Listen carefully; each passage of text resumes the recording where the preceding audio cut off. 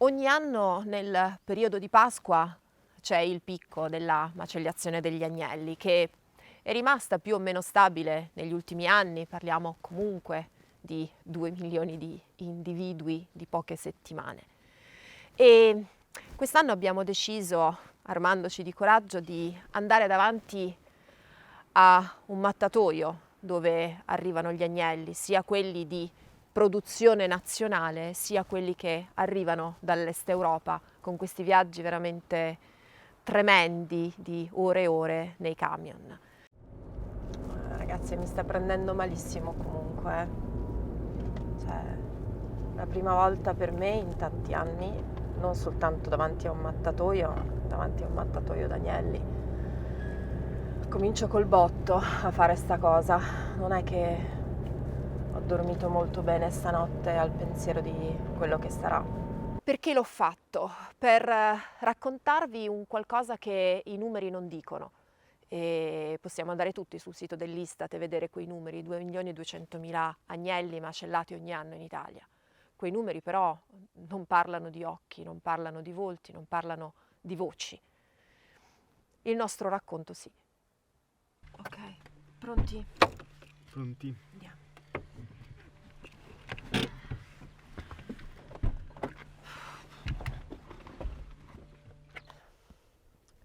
C'è la primavera fuori e loro non se la possono vivere, questa cosa mi spezza il cuore.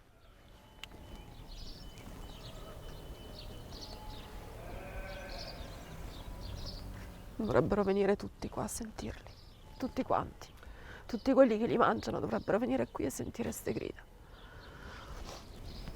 Ma infatti sia un po' quello che cerchiamo anche di stimolare nelle persone, no?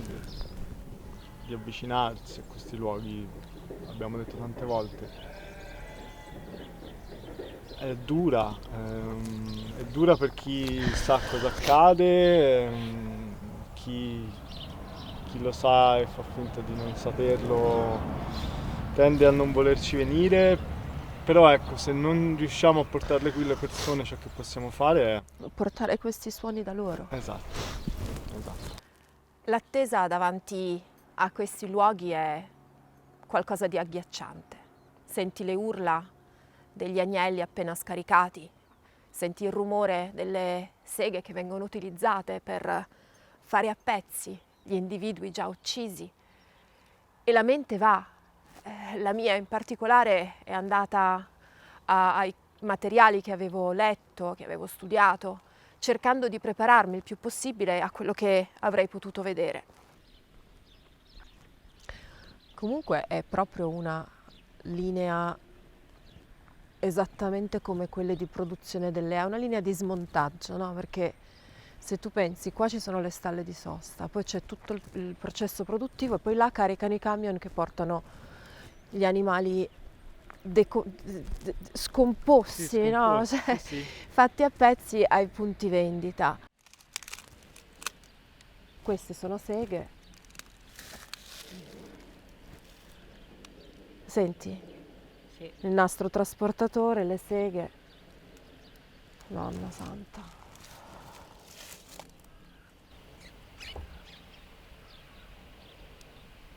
No, vabbè. Là c'è l'imballo, perché l'ultimo passo è quello Esatto. dell'imballo. Io pensavo di essermi preparata, avevo letto, cercando di, insomma, farmi quella specie di corazza che è necessaria per andare lì e raccontare quello che succede a queste creature. E avevo letto dell'agnello da latte, l'abbacchio romano, quella tipica produzione dell'allevamento ovino italiano indirizzato verso la produzione del latte. Questo significa che in realtà l'abbacchio romano è uno scarto, perché l'obiettivo è far sì che le pecore partoriscano e diano il latte per i formaggi. Si ottiene nei sistemi di allevamento tradizionali mantenendo gli agnelli con la madre sino a un'età di 4-5 settimane. Significa che gli agnelli che arrivano al macello hanno, diciamo, dai 20-22 giorni fino a un massimo di 35. Riuscite a immaginare quanto possano essere piccoli? Ecco, io ci ho provato. ma nel momento in cui è arrivato il camion e li ho visti con i miei occhi, mi si è gelato il sangue. Madonna, quanto sono piccoli, ragazzi!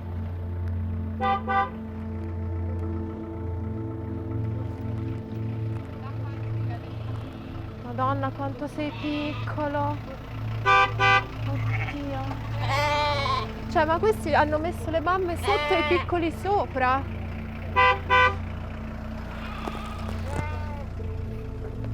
Ciao, piccolino! Cioè, questo è talmente piccolo, non c'è neanche la marca auricolare! No, vabbè!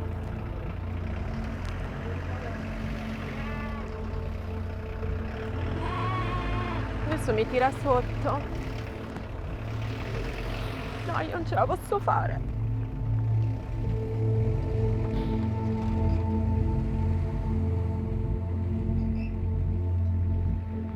No, ma erano minuscoli.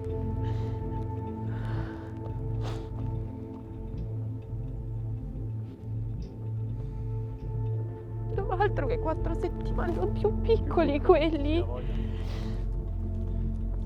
No.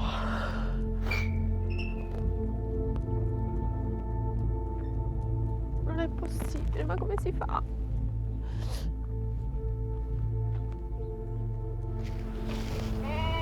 No, vabbè.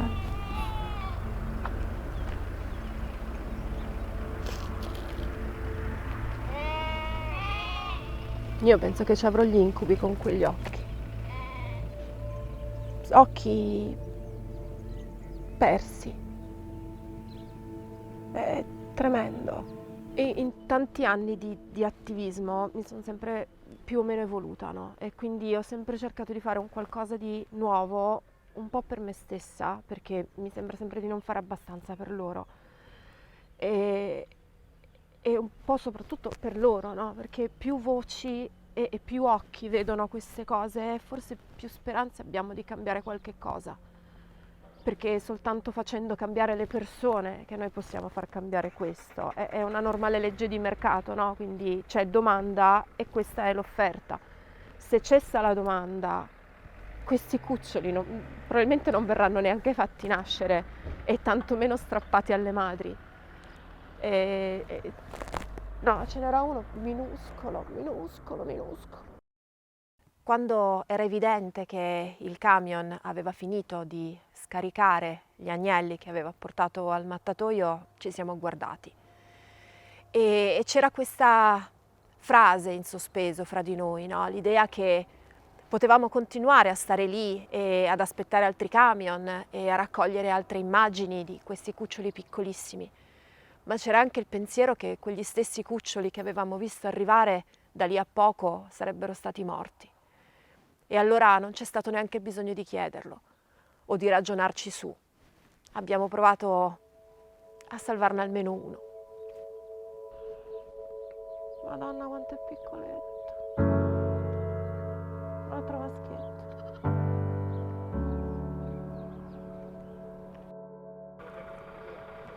Ha smesso già di pelare. Ciao piccoletto. Ciao.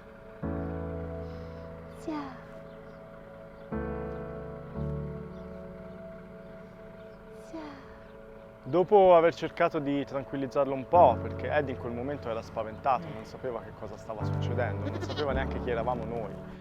Per noi era un momento bellissimo perché sapevamo che il suo destino stava per cambiare, ma lui non sapeva niente.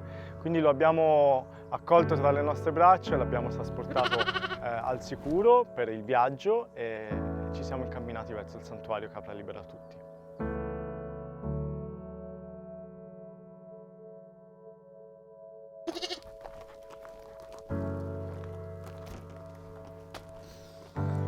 Perché siamo a casetta?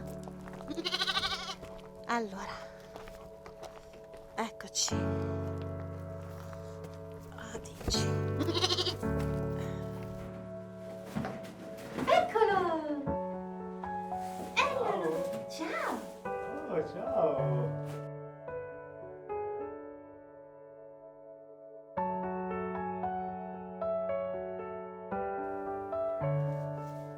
lui è qui che sgambetta e gli altri sono già impacchettati.